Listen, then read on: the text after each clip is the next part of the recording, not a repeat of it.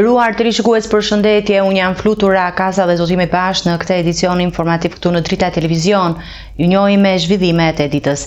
Kryeministri i vendit Edi Rama prezantoi në kuvent projekt buxhetin e vitit 2026, ndërsa deputetët e opozitës ju kthyen kurrizin gjatë fjalimit të tij, duke protestuar ndaj qeverisë. Rama ju përgjigj akuzave për korrupsion dhe çështjen e inceneratorëve. Ai e quajti buxhetin historik për Partinë Socialiste, duke theksuar rritjen e mbështetjes për pensionistët dhe indeksimin periodik të pagave për administratën publike. Gjatë prezantimit të projekt buxhetit 2026 në kuvent, kryeministri Edi Rama përjetoi një moment të tensionuar kur deputetët e opozitës i kthyen kurrizin si shenjë proteste ndaj politikave të qeverisë. Rama reagoi me humor duke ironizuar pjesëmarrësit dhe duke theksuar se preferonte shpinën e tyre sesa fytyrën e tyre. Po edhe të ankoheni për ligjin e të më ktheni mua kurrizin sikur nuk shkon më burr. Megjithatë, shumë faleminderit për këtë lehtësim që i bëni fjalimit tim, sepse më mirë shpina se fytyra juaj. Ai u mor gjithashtu me deputetë të veçantë si Flamur Noka, duke përdorur krahasime historike për të ilustruar mendimin e tij. Unë do ta quaja besnik Flamur Noka. Kështu që Niko është jashtëzakonisht larg teje Flamur, as mos e ki merak fare se ty në historinë e Shqipërisë mund të afrohet vetëm Shefqet Peçi, ndërkohë që në historinë e botës je rrot me Lejfenin. Teksa kryeministri fliste, deputetët e opozitës lëshonin ngacmime e akuza për korrupsionin qeveritar. Dua t'i them që po isha në Bruksel, edhe Shqipëria hapi të gjithë kapitujt e negociatave dhe me që pyete çfarë mendojnë ata për luftën kundër korrupsionit në Shqipëri, po të them që ata mendojnë se si sot korrupsioni nuk është luftuar ndonjëherë në historinë e këtij vendi, sepse po të mos e mendonin këtë, nuk do t'i hapnin kapitujt e negociatave dhe në ndërkohë juve nuk e keni kuptuar akoma që në këtë vend punët janë ndarë. Dhe për sa kohë do vazhdoni të bëni këtu prokurorim popullore, për aq kohë do vazhdoni të jeni aty ku jeni dhe gjithmonë më të kurrur. Gjatë fjalës, Rama ju përgjigj akuzave për korrupsion në lidhje me projektet e inceneratorëve dhe tunelin e Llogaras, duke i cilësuar të egzageruara dhe të paargumentuara. Për sa i përket tunelit Llogaras, dua të them se ai 50 milionshi është si 450 milionshi i inceneratorëve. Natyrisht që sot, pikërisht pse drejtësia është e pavarur, shqiptarët i referohen drejtësisë edhe nuk i referohen atyre që duan të bëjnë prokurorin rrugëve dhe që pastaj kur dalin në rrugë mbeten kashte koqe, siç më thanë se kishin mbetur përpara një 2 netësh. Kryeministri prezantoi buxhetin si një angazhim financiar afatmesëm për 1.7 miliard eurosh për të rritur mbështetjen për pensionistët. Për herë të parë, theksoi ai, do të aplikohet indeksimi periodik i pagave për administratën publike në çdo 2 javë, një masë që synon përmirësimin e standardit jetësor të punojësve të shtetit.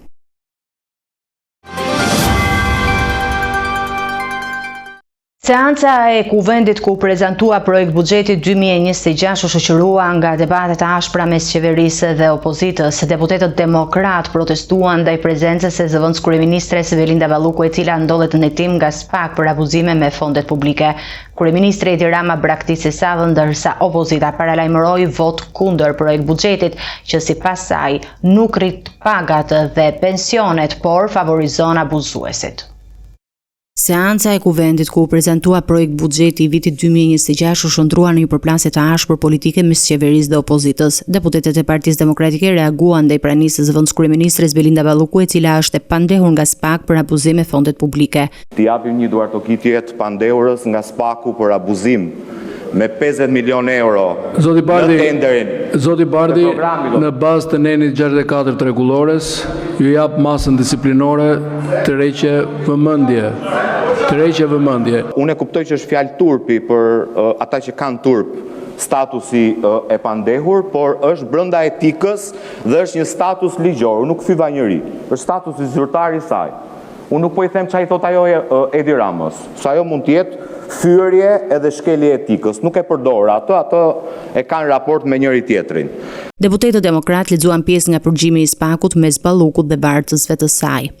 nuk ka gjë më etike për një kuvend që do duhet i shërbej interesit publik, se sa t'i kthej kurrizin dhe të përbuz një njeri të korruptuar, një qeveri të korruptuar, një njeri që u paraqit këtu në këtë foltore, jo si avokat i interesit publik, po si avokat i aferës korruptive të inceneratorëve, avokat i aferës së tunelit Llogaras dhe avokat i çdo afere korruptive të kësaj qeverie.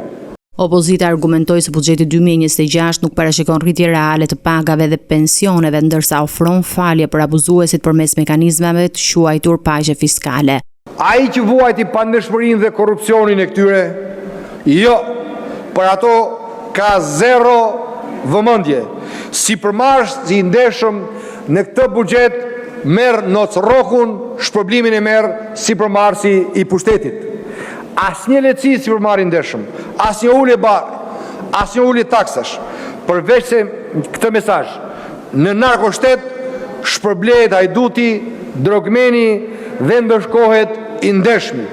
Kjo është pra pasqyra e narkobuxhetit. Kryeministri Edi Rama nuk dëgjoi akuzat e opozitës dhe praktisi salla duke lënë debatin të zhvillohej pa praninë e tij. Seanca u karakterizua nga tensione të larta politike dhe paralajmërimet e opozitës për vot kundër projekt buxhetit, duke e cilësuar atë si një instrument që mbron të pandehurit, por jo qytetarët. 26 ka vetëm një të vërtet. Në pjesën më të madhe e tij, ai do të menaxhohet nga Belinda Balluku, një e pandehur nga prokuroria e posaçme për abuzime me fonde publike, dhe nga Edi Rama, pengu i saj bashkëpunëtor në korrupsion, fiktivisht në krye të qeverisë. Fare mirë, për lehtësi komunikimi, këtij buxheti mund të vendosim edhe një emër. Nga dosja 5D e korrupsionit të Erion Veliajt në bashki, kemi kaluar tek buxheti i qeverisë qendrore 2B i korrupsionit në qeveri. Partia Socialiste ka refuzuar kërkesën e Partisë Demokratike për zhvillimin e një mocioni me debat mbi sigurimin e minimumit jetik në projekt buxhetin e vitit të 2026. Deputeti Ajorita Tabaku theksoi se grupet sociale janë më të varfëra dhe i kërkoi përfshirje të masave për rritjen e standardit të jetësor. Kreu i grupit parlamentar socialist, Auland Badha, ironizoi opozitën për kërkesat e saj të vazhdueshme me mocion, duke akuzuar Tabakun se pretendimet e saj nuk garantojnë rritjen e pensioneve.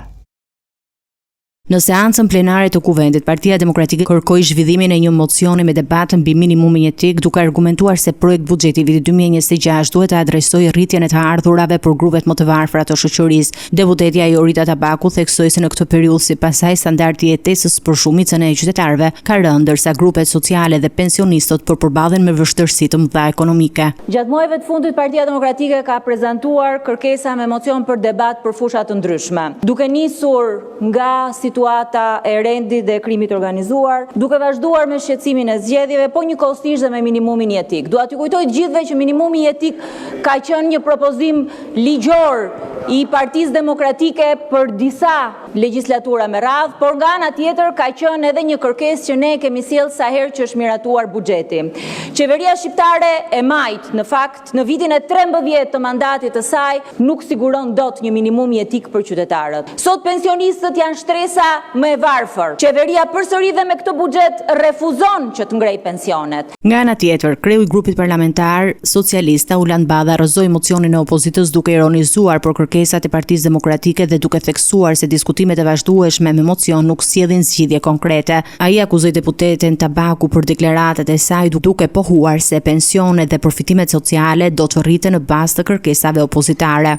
Të gënjesh pa tu dridhur buza dhe qerpiku është kurajo e madhe, edhe pse duhet t'i sqarojmë publikut që diskutimi në këtë moment nuk është diskutimi për thelbin, por është diskutimi për procedurë. Në konferencën e kryetarëve ua kemi thënë shumë qartë se kërkesa juaj e merr përgjigjen menjëherë pas kësaj pike të rendit ditës, kur qeveria shqiptare i paraqet popullit shqiptar buxhetin më të madh në historinë e vendit, 8.9 miliard euro nga të cilat 1.7 miliard euro janë vetëm për politika sociale. Mocioni i Partisë Demokratike u rrëzua, por debati mbi masat për rritjen e standardit jetësor pritet të vazhdojë gjatë shqyrtimit të paketës fiskale dhe projekt buxhetit. Zëvendës kryeministrja dhe ministra e infrastrukturës Belinda Balluku foli për herë të parë në seancën parlamentare të së mërkurës pas marrjes si e pandehur nga SPAK për çështjen e tunelit të Llogaras. Balluku kritikoi opozitën për dy standarde dhe refuzoi të komentojë mbi pretendimet e SPAK-ut lidhur me tenderat. Seanca u karakterizua nga debate dhe ndërprerje duke përfshirë përjashtimin e deputetit Shehaj.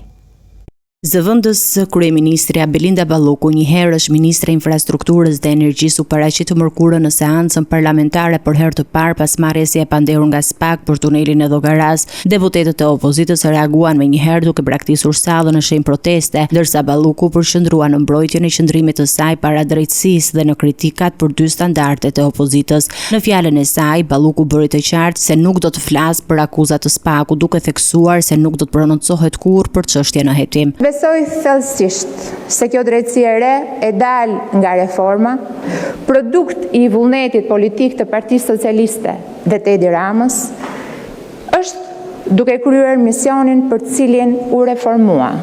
Nuk do prononcohem kurrë për çështjen në hetim, pasi ato kanë rrugën e tyre, të cilën do e ndjek me diskrecion të plot, derisa e vërteta të marrë formë të prerë, cila do qoftë ajo. Balluku kritikoi opozitën për një qasje të dyfisht. Kur SPAK thret Saliun dhe Lozni ku kam qefti me zarfin,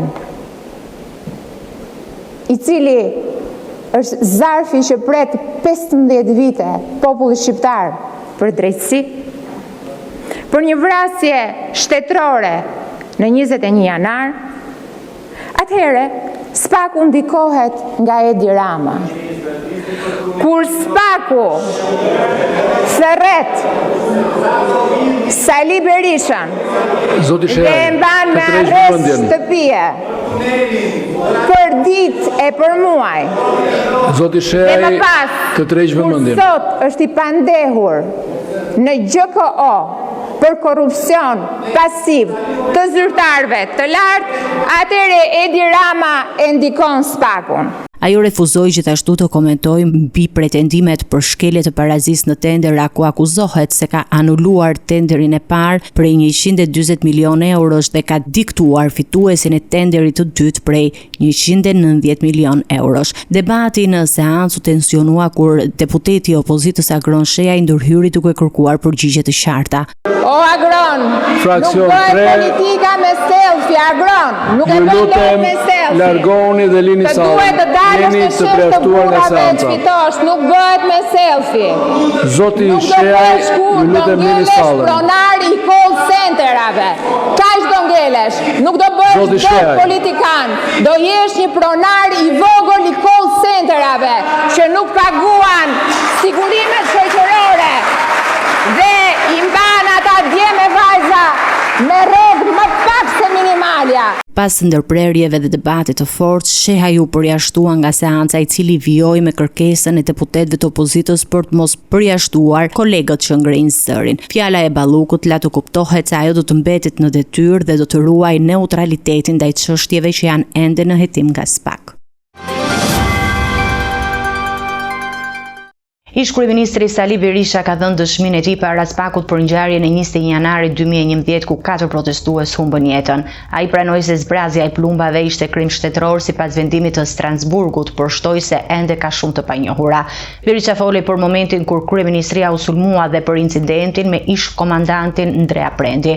Ai shprehu rezerva për vazhdimsinë e hetimeve dhe theksoi se drejtësia nuk ka identifikuar ende autorët e vrasjes së Kuran Dedës dhe Alex Niklës.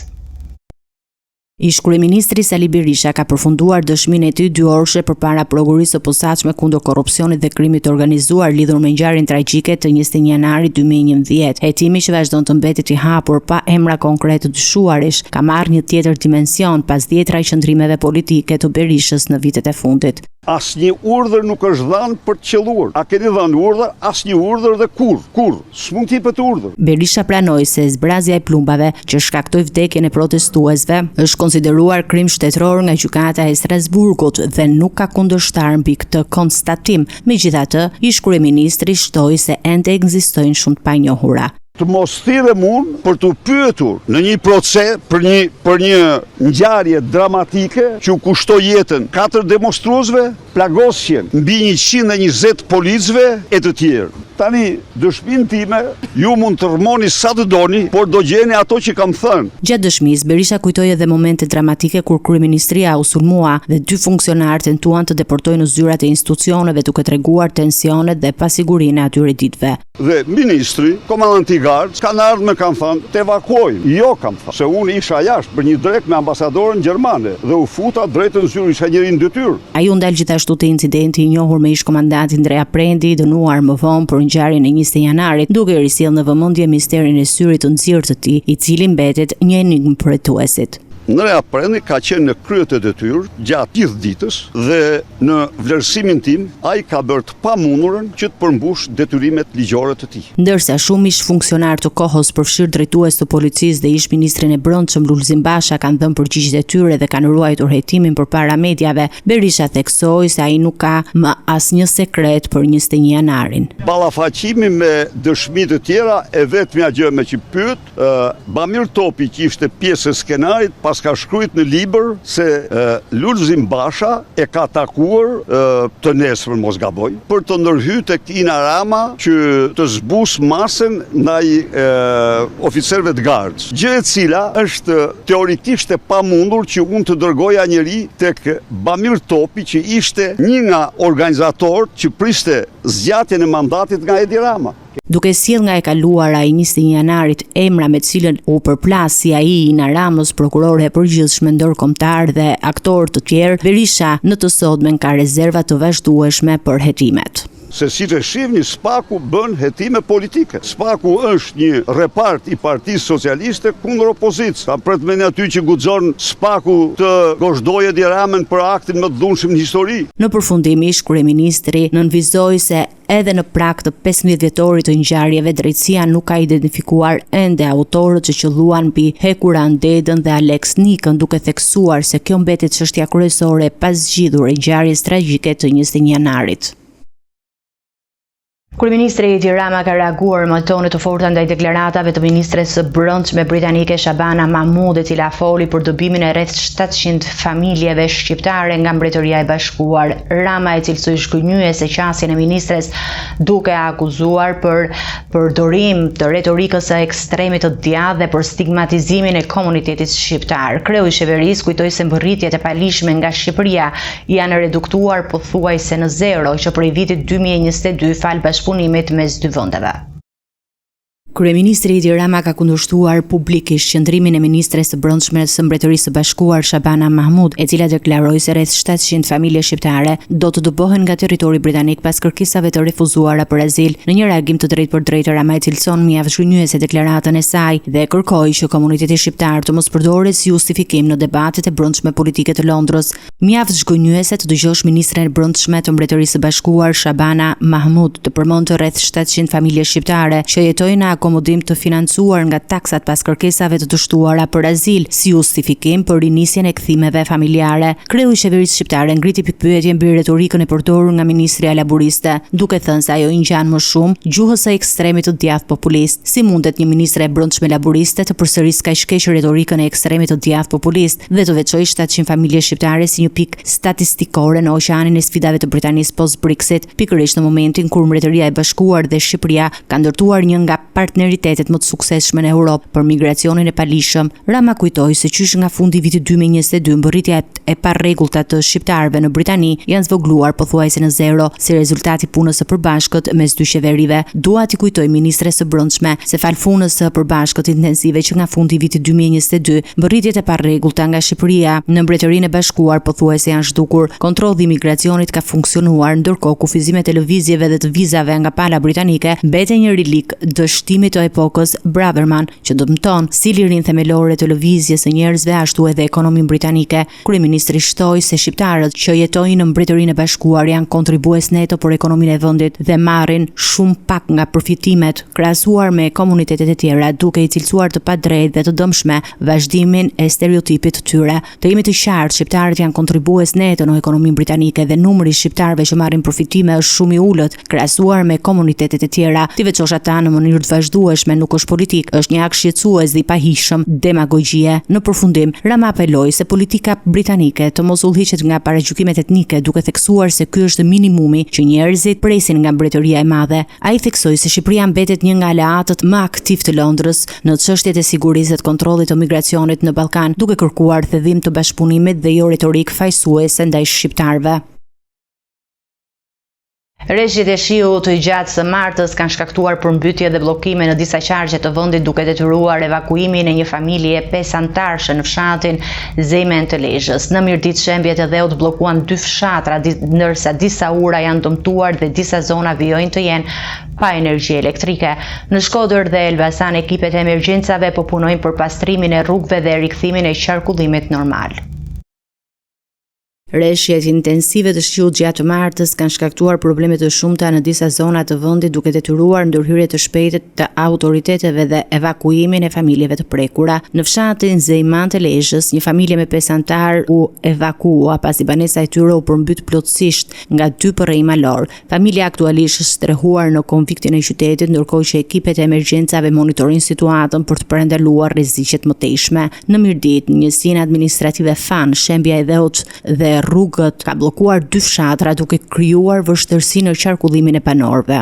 Po ashtu, disa ura janë dëmtuar, duke vështirësuar qasje në zonat më të thella malore. Disa zona vijojnë të jenë pa energji elektrike, ndërsa ekipet e operatorëve po punojnë për vendosjen e furnizimit. Në Shkodër, segmenti Ndërlysaj Breglumi mbetet i bllokuar, ndërsa segmenti Theth Ndërlysaj është bllokuar dhe qarkullimi është rikthyer. Në qarkun e Durrësit, situata në njësinë administrative Suk, Katundiri dhe Ishëm po normalizohet gradualisht. Në Gjirokastër problematik vazhdon të jetë segmenti rrugor Gjirokastër Tepelen, ndërsa në Elbasan punimet për pastrimin e inerteve në segmentin Elbasan Peqin në vendin e quajtur Murrac po vijojnë pa ndërprerje. Agjencia Kombëtare e Mbrojtjes Civile njofton se është në terren dhe në gatishmëri me të gjitha ekipet e emergjencave për të përballuar çdo situatë që mund të lind nga rreshtet e shiut dhe për të mbrojtur jetën dhe pronën e qytetarëve. Rreshjet intensive të shiut kanë shkaktuar evakuime dhe dëme materiale në bashkinë e Delvinës, Finishit dhe Fierit për shkak të rritjes së nivelit të lumejve.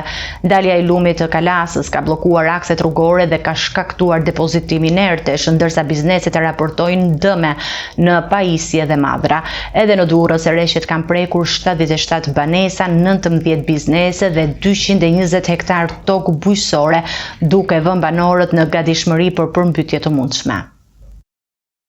Rreshjet intensive të shiut gjatë 24 orëve të fundit kanë përkeqësuar situatën në disa qarqe të vendit, duke shkaktuar përmbytje, evakuime dhe dëme materiale. Në bashkinë e Delvinës dhe Finish, shumë banorë janë evakuuar nga shtëpitë e tyre për shkak të rritjes së nivelit të ujit dhe rrezikut nga dalja e lumejve nga shtrati. Dalja e lumit të Kalas ka bllokuar disa akse rrugore dhe ka shkaktuar depozitim inertesh, ndërsa disa biznese kanë raportuar dëme në pajisje dhe madhra. Në bashkinë e Fierit situata mbetet problematike, sidomos në zonën e Novoselës, pranuar së Milfolit, ku niveli i lumit Vjos ka arritur deri në 5 metra. Kreu i emergjencave civile Hakit Çaku ka paralajmëruar se ekziston rreziku i mundshëm i daljes nga shtrati dhe përmbytjes së tokave bujqësore, duke kërkuar monitorim të vazhdueshëm nga ekipet e emergjencës. Gjithë sistemi i mbrojtjes civile në Shqipëri tashmë është i ngritur në gatishmëri të plot për të siguruar menaxhimin e situatave të rreshjeve në shkallë vendi. Momentalisht jemi në urën e Mifolit, që është edhe pika më nevralgjike e shkarkimit të lumit Vjosa. Ka pasur një intensitet të lartë në zonën e Delvinës, të Miqit, dhe aty ka pasur prezencë në tokat bujqësore kryesisht dhe në disa banesa, në 2-3 banesa ku është ndërhyrë, janë zhvendosur banorët, nuk kanë pasur probleme, nuk ka pasur probleme të prezencës ujit brenda në banesë. Edhe në qarkun e Durrësit, rreshtet e shpeshta kanë shkaktuar dëme në 77 banesa, 19 biznese dhe 2200 hektar tokë bujqësore në zonat Manz, sukth dhe ishëm. Banorët kanë vazhduar punën për pastrimin e shtëpive dhe kanaleve, por paralajmërojnë se rreziku i përmbytjeve mbetet i lartë pas çdo rrebeshi shiu.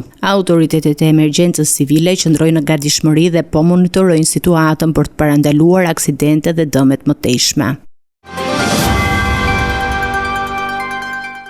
Gjykata e Tiranës ka liruar nga qelia 2 prej 3 personave të arrestuar për vendosjen e tritolit në një restorant në Kamës. Ish efektivi i forcave operacionale Jeton Lami u la në arrest shtëpie, ndërsa Florian Domi u lirua me garanci pasurore prej 6 milion lekësh. Në burg mbetet Flogert Mezhika, ndërsa në kërkim vazhdojnë të jenë Ervis Lami. Sipas policisë, ngjarja lidhet me një gjobvënje prej 500.000 eurosh ndaj pronarit të biznesit. Gjykata e Tiranës ka vendosur të zbusë masën e sigurisë për 2 prej 3 të arrestuarve për shpërthimin me lëndë eksplozive në një restorant në Kamës, ngjarje që shkaktoi dëme të mëdha materiale dhe ngriti dyshime për prapavijë kriminale. Ish efektivi i forcave operacionale Jeton Lami ka lënë qelim për të transferuar në arrest shtëpie, ndërsa Florian Domi është liruar kundrejt një garancie pasurore prej 6 milion lekësh. Në qelim mbetet i vetëm Flogert Mezhika, për të cilin gjykata e la në masën arrest me burg. Në kërkim prej rreth një viti, vijon të jetë Ervis Lami, i cili ka edhe një mas tjetër sigurie në mungesë, pasi gjatë një kontrolli në banesën e tij u gjetën disarm zjarri. Sipas policisë së shtetit, motivi kryesor i vendosjes së tritolit dyshohet të jetë një gjupvënje prej 500.000 eurosh, që autori i kishte kërkuar pronarit të godinës Sajmir Sina, i cili kishte refuzuar ta paguante. Hetuesit po punojnë për të zbardhur të gjithë skemën e presionit dhe për të identifikuar persona të tjerë të përfshirë. Ndërkohë në dosje rikthehet edhe shkuara Jeton Lamit, i cili u lirua nga burgu në shtator të vitit 2023, pasi ishte dënuar për shpërdorim detyre. Ai dyshohet se ka shoqëruar me makinë Ervis Martinajn përpara zhdukjes së tij në gusht të vitit 2022. Policia dhe prokuroria vijnë hetimet për zbardhjen e plotë të ngjarjes dhe kapjen e personave që ende ndodhen në arrati.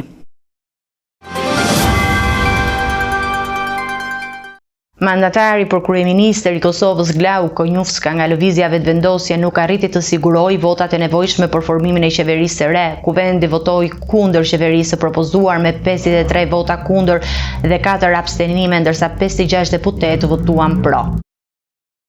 I mandatuari për kryeministër i Kosovës Glauk Konjufska i lëvizjes vetëvendosje ka dështuar në përpjekje për të formuar qeverinë e re, pasi nuk arriti të sigurojë shumicën e kërkuar në kuvend. Deputetët votuan kundër qeverisë së propozuar me 53 vota kundër dhe 4 abstenime, ndërsa 56 vota ishin pro, duke e lënë Konjufskën me 5 vota larg shumicës së nevojshme prej 61 deputetësh. Ky dështim vendos Kosovën përpara perspektivës për zgjedhje të reja të përgjithshme, pasi presidenti Vjosa Osmani ka detyrim ligjor të shpallë ato brenda 40 ditëve nga shpallja. Procesi i fundit zgjedhor ishte mbajtur me nëntë shkurt kur lëvizja vetëvendosja arriti 42.3% të votave, e ndjekur nga Partia Demokratike e Kosovës me 20.95%. Konjufska mori mandatin me 4 nëntor pas dështimit të kryeministrit në detyrë Albin Kurti në 26 tetor, i cili kishte marrë 56 vota pro, 52 kundër dhe 4 abstenime. Qeveria e propozuar nga Konjufska kishte pak ndryshime nga kabineti i Kurtit. Ndryshimi kryesor ishte pozicioni i ministrit të infrastrukturës dhe transportit, i cili ishte besuar Besnik Bislimit në vend të Dimal Bashës, ndërsa Kurti do të merrte rolin e ministrit të jashtëm. Para ligjvëndësve, Konjufska apeloi për të shmangur zgjedhjet e shpeshta, duke theksuar se një tjetër raund zgjedhjesh mund të çojë vendin në paqartësi të qeverisjes dhe vonesa në miratimin e buxhetit për vitin 2026. Ai tha se do të ishte arrogancë ta çojnë vendin në zgjedhje sërish dhe kujtoi se ideja e mandatit të dytë lindi pas dështimit të tij fillestar. Tani, partitë politike në Kosovë janë të angazhuar për të organizuar sa më shpejt zgjedhjet e reja për të shmangur kolapsin institucional dhe për të siguruar funksionimin e institucioneve shtetërore, sidomos për miratimin e buxhetit dhe menaxhimin e çështjeve emergjente në vend.